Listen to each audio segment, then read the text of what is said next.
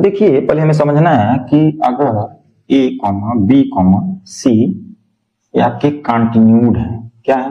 Continued. एक word आता है कंटिन्यूड प्रोपोर्शन। ठीक है, कंटिन्यूड।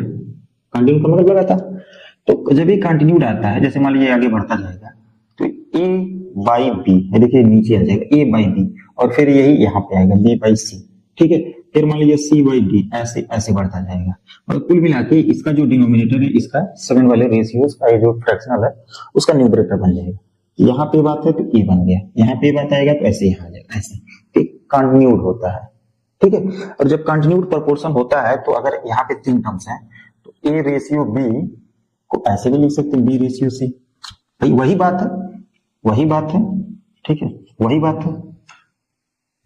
ठीक है, तो हमें समझना है कि यदि आपको कहीं इस प्रकार दिया है, इफ ऐसे ए रेशियो बी, ठीक है, और ऐसे बी रेशियो सी, इस तरह अगर दिया है, ठीक है, तो यहां से कुछ बातें निकल के आता है, कुछ बातें निकल के आता है। क्या बातें निकल के आएगा? देन एक बात निकल के आएगा, पहला जो है कि ए बी सी जो होगा ये क्या होगा?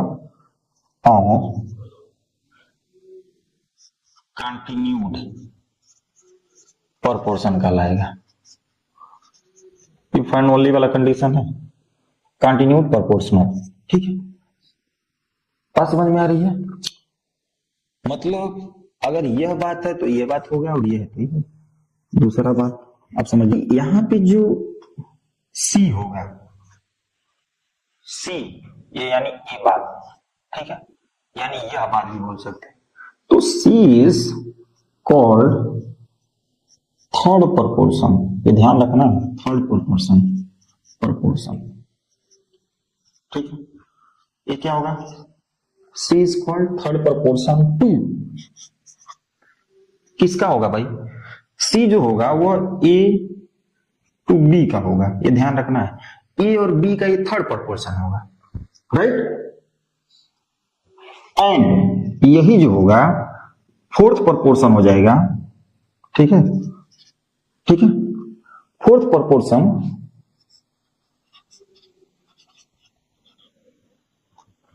ऑफ, यहां पे ऑफ लिख लीजिए, ए कॉमा बी कॉमा बी, ये ध्यान रखना है, ए कॉमा बी, इन सब का ये फोर्थ प्रोपोर्शन होगा।